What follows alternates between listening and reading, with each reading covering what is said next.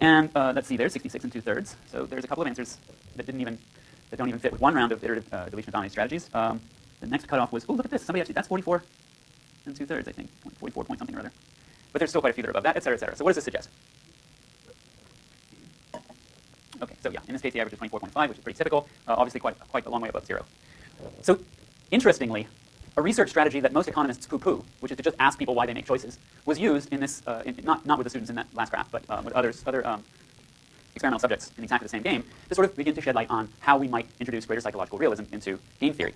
Here's a carefully selected sample of responses that different subjects gave as to why they chose the answer that they gave. The first one said, randomly. I didn't want to think about it too much because I'm tired, right? That's your typical X-Lab subject. Second one, well, I expected the average to be 50 and took 2/3 of 50, which is 33 2/3. Ta-da! 3, well, I thought the average would be 50. 2/3 of 50 is 33 1/3. But then I thought, because see, I wasn't quite so tired, then I thought others would also take this number, so I took 2/3 of that. I'm a smarty pants, and I put down 22 1/3. Ta-da! Right? And then 4, this person's really going to law school. Given an even distribution, the average would be 50. 2/3 times 50 equals 33. People will realize this and bet 2/3 of this, that's choosing 22. My strategy, heavy emphasis on the word my, was to take this into account and bet on this premise around 2/3. I love it. Then I got tired. Around 2/3 of 22. I didn't actually want to do 2/3 of 22.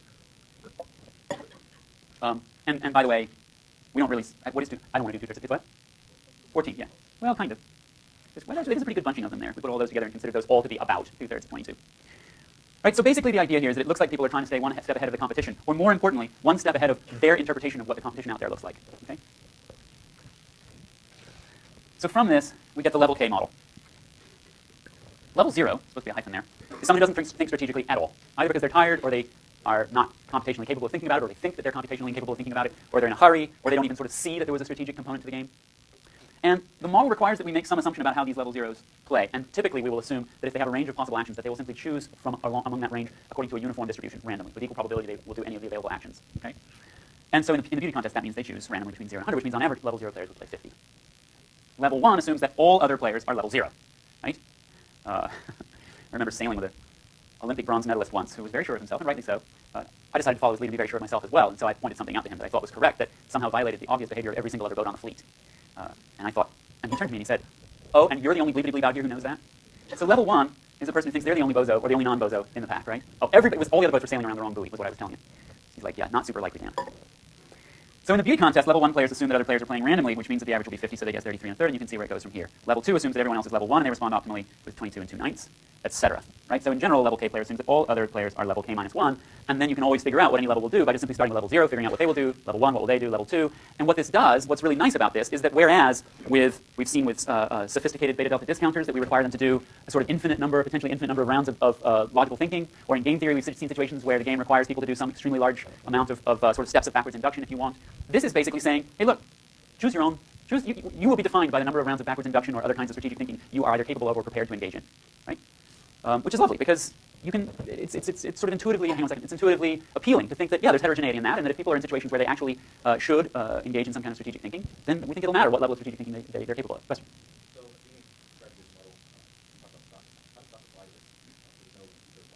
yeah. Well, I mean, so the question is, how does this relate to the stock example that this is based on? This is an enormous literature, and I don't want to pretend to have read all of it. My impression is that the game is called the beauty contest in honor of Keynes' comment about the stock market, but it's not really used as a way to study stock market transactions per se. But you could imagine the same kind of logic being applied to traders. Some traders will just pick randomly, other traders will pick, assuming that other traders have picked randomly, et cetera, et cetera. So the setup of the game, I think, is not intended to perfectly capture the structure of stock market choices. But the idea of people having different levels of willingness or ability to think about other people's actions, you could easily map onto the stock market. Which is as much as to say I'm sure somebody has, but I don't know what they've done, what's been done.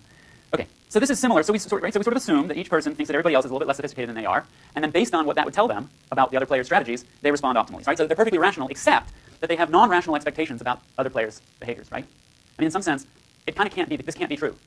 Right? If I'm a level 5, which means I think everybody else is a level 4, that actually can't be true because the definition of a level 4 is somebody who the structure falls apart because that means everybody else out there believes that somebody's got to be wrong in this. Right? Either the level 4s or the level 5s have got to be wrong. I think everybody's a level 4. The level 4 thinks everybody but them is a level 3, which makes one of us is wrong, right? So somebody in this, and probably everybody, has got non-rational expectations about the distribution of types. But then, other than that, they're going to be perfectly rational. Right? So this is kind of similar to the quasi-Bayesian approaches we took to inference, where people are allowed to make one mistake and then they plug their mistake into an otherwise perfect implementation of Bayes' rule. Okay. Now, it feels a little unrealistic in certain situations to assume that everybody thinks that everyone else is exactly one level below them. Right? If you're a level 2 or a 3, which, by the way, in experimental results turns out to be kind of not many people are above level 3 in most cases. We're not really a nation of best players. If you're a level 3, it seems a little odd to to assume that you would think that everybody else is fairly sophisticated and just one level below you, and more likely that you would think that there was a distribution. Your GSIs told me that they were only going to tolerate so much of my lecture today, and then they were going to walk out in a huff, and that's what they're doing. Thank you very much. No, sorry, they're going to seminar or lunch or something. So there's a subtler model that's been developed on the same basis, the same logic, which is called cognitive hierarchy theory. Now, I don't know why that term distinguishes this model from the one I just presented to you, because in my book, level K is a model of a hierarchy of different cognitive levels. Nonetheless, this theory, which is subtly different, is called the cognitive hierarchy theory. So we observe, and I'm not sure if it shows up in this data, kind of. So there's often a spike here. It's not 3 people out of a whole class. It's not a huge spike. But there's often a spike right around there, around 27 or 28, which the level K model can't explain. So here's another subject who suggests this alternative sort of extension of level K. I first thought that people would pick fairly randomly 1 to 100, averaging 50. I took two-thirds of that from my expected number, so 33 1/3. But I realized some people would have the same idea as I, no, that's right, as I, choosing Y and 2/3 Y. So I settled slightly below at 27.5, average being 40. In other words, he thought that some people would be level 0 and pick 50, and some people would be level 1 and pick 33 1/3. And so he wanted to figure out, in the population, the average will be somewhere between those two. And unless we know the distribution, he says average, he or she says average being 40. We don't know what the average is, because we don't know how many of each type this person thought there was in the population. But let's just ballpark it, and he or she is saying let's just ballpark at 40, and I'm going to go 2/3 of that. And so what the cognitive hierarchy model does is it says each level of player, level K, assumes that the other players are a mix of level K minus 1, level K minus 2, etc., all the way down to level 0. And then the model assumes further that the types are distributed, the proportion of types in the population is defined by a Poisson distribution, which, as I say, makes it hard to teach, because the Poisson distribution is kind of a pain. But basically, how many of you are familiar with the Poisson distribution? Okay, that's pretty decent. Poisson distribution gives the probability. So the way it's a queuing model. So if you think about people showing up for like a line at a supermarket checkout, if the average number of people who will show up to the line in any given time period is mu, and I'm not going to write down the distribution because I don't have it memorized, it tells us the probability after in any period of time that 1 person will have showed up, that 2 people will have showed up, that 3 people will have showed up, etc. So it's what's called a count distribution. So if this is sort of the distribution of the different levels, and this is sort of the frequency, the proportion of them that you might have depending upon what mu is, and I'm going to do this completely arbitrarily because I haven't actually computed this for any particular value of mu, but you might get something like, well, there'll be some zeros, there'll be a bunch of ones, there'll be more 2s than zeros, but not as many as 1s, and then past 3 it'll, right? So that might be a Poisson distribution. And then basically what the model is going to do is it's going to say each type assumes that the other players are distributed according to the truncated Poisson distribution below them, right? So that if this thing peters out over the next several levels, say like a level 19 or something, would sort of look out over this entire distribution and think that there was this really rich array of different types. A level 2 would just take this part of the distribution, right, divide it by the cumulative distribution up to that point, which is to say normalize it. That's what you have to do with the truncated distribution. But don't worry about any of this. And think that the ratio, you could just think of it as the ratio of zeros and ones is equal to the ratio of these 2 bars, etc. Now, notice, this doesn't give level 0 players anything to believe. They don't have any belief about other players. They're just playing randomly. And in a lot of situations, we'll sort of wave our hands at level 0 and think that level 0 probably doesn't really exist very much in the population, but it's simply there to serve as a starting point for other players to formulate their strategies. Okay, so in the PBB contest, exactly like that player suggested, a level 2 player assumes that the rest of the population is a mix of level 0, who choose y equals 50, and level 1, who choose y equals 33 1/3, and they choose accordingly. And the proportion, right, the proportion of these two things would depend upon what the mu parameter in the model was. So this is a free parameter in the model. And what the folks who came up with this, I want to say Kammerer, Huang, and Ho, basically what they did was they said, this is great because this allows us to actually go to experimental data and not just figure out what levels people are at, but actually then use the data from experiments to estimate a single parameter that defines the entire model. Because once you know the distribution of people's beliefs of their types, once you know the distribution of actual types, if you then assume that people's beliefs about the distribution of types is correct given their level, you've got the whole model wrapped up in a nice neat little box. Right? Whereas the level K model without this distributional assumption has this sort of, it's an unfinished model because it doesn't tell us anything about the distribution of types. So this model is more complete, and it's also a lot harder to implement. So we're going to stick with level K. Because most of what's fun about this, oh dear, I've gotten off. Here we go. Okay. So let me give you an example and point out a couple of interesting things about this model. We were introduced to the project game a little while ago. 2 players have to, no, apparently they don't have to, but 2 players have a project which would benefit both of them if they got it done, and they're deciding whether or not to work together. They're deciding whether or not to work, and the outcome of their decisions will determine whether or not they work together. And we figured out that given these numbers, the Nash equilibrium, which is always, the way I teach is always, and learn, is always indicated by putting a couple of little underlines under the outcomes, right? Because you put an underline wherever you get a best response, and so wherever you see 2 underlines, you have a mutual best response. So the Nash equilibrium is for player 1 to work and player 2 to not work, the free ride. And we can create a table that sort of defines the play of the different types, and this table will allow us to build up, right? You start at the bottom, level 0. Once you've defined how level 0 plays, which as I say is usually choosing randomly, then all of the other levels follow from that. Right? So level 0 chooses randomly 50-50 work or don't work. Level 1 is then going to best respond to that, right? So a level 1 player,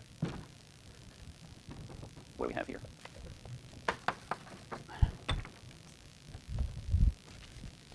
A level 1, player 1, right, is faced with the utility of work is equal to, right, there's a 50% chance the other player will work, and so player 1 will get 7, and there's a 50% chance that the other player won't work, and so player 1 will get 1.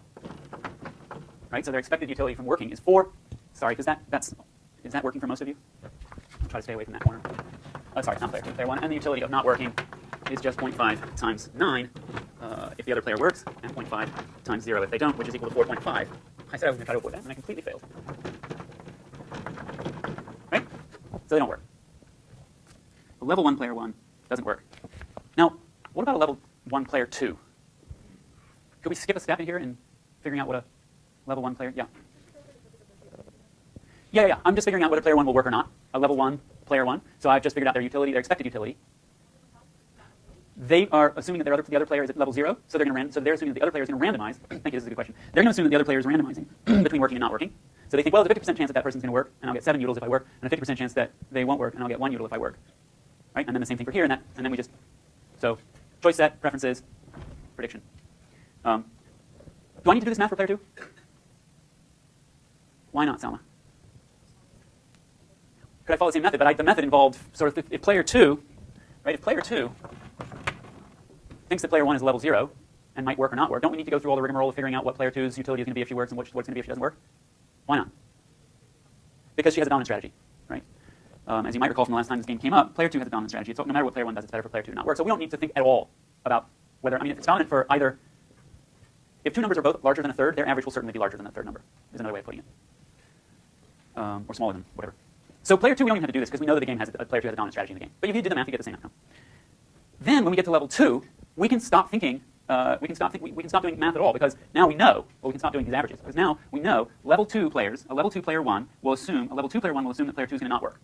And then all we have to do is, okay, what's player 1's best strategy, best response to player 2 not working? It's to work, right? Meanwhile, player 2, a level 2 player 2 will assume that player 1 is playing don't work, because right? It's funny because in some sense, this is a model of people having relatively low self-esteem. In some sense, it's like, well, I think I'm pretty smart, but I think other people think I'm pretty dumb, right? I think player 2 thinks player 1 thinks that player 2 is 2 levels below what player 2 thinks player 2 is.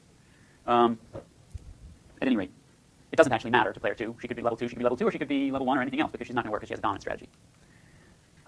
Now, what would you expect levels 3, 4, and 5 to do?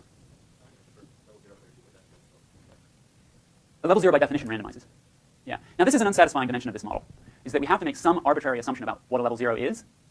And the reason that we might feel okay about that is because, as I said earlier, we typically have some notion. In some games we saw, right, subjects responding in the beauty contest saying I chose randomly.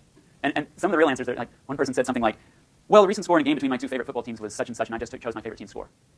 This is a jaded subject. But in a lot of cases, the assumption we make about level 0 players isn't really an assumption about how actual human beings play the game. It's an assumption about how the least sophisticated players we actually believe exist, which in some situations will be level 1, think, or how they act as if they might not think that other people are really choosing randomly, but their maximum willingness to apply cognitive reasoning stops with assuming that other people choose randomly. And so, for that reason, I feel like it's a little bit more than hopeless, a little bit better than hopeless, this assumption of level 0. These are experiments testing in different environments. There's lots of different tests of how sophisticated people are in this game, that game, or the other game. But to look systematically at how does people's level of sophistication vary with features of the environment, like basically you would think that high stakes would make people more sophisticated. I think that they adapt themselves to the sophistication of the environment they're in. For example, university students are assumed to be sophisticated people, so you adopt yourself to the sophistication, but if you're in a different environment. So if I'm playing the beauty contest, if I'm savvy, I'll think, well, these guys are all probably at least level 3. So I better do my best to be a level 4.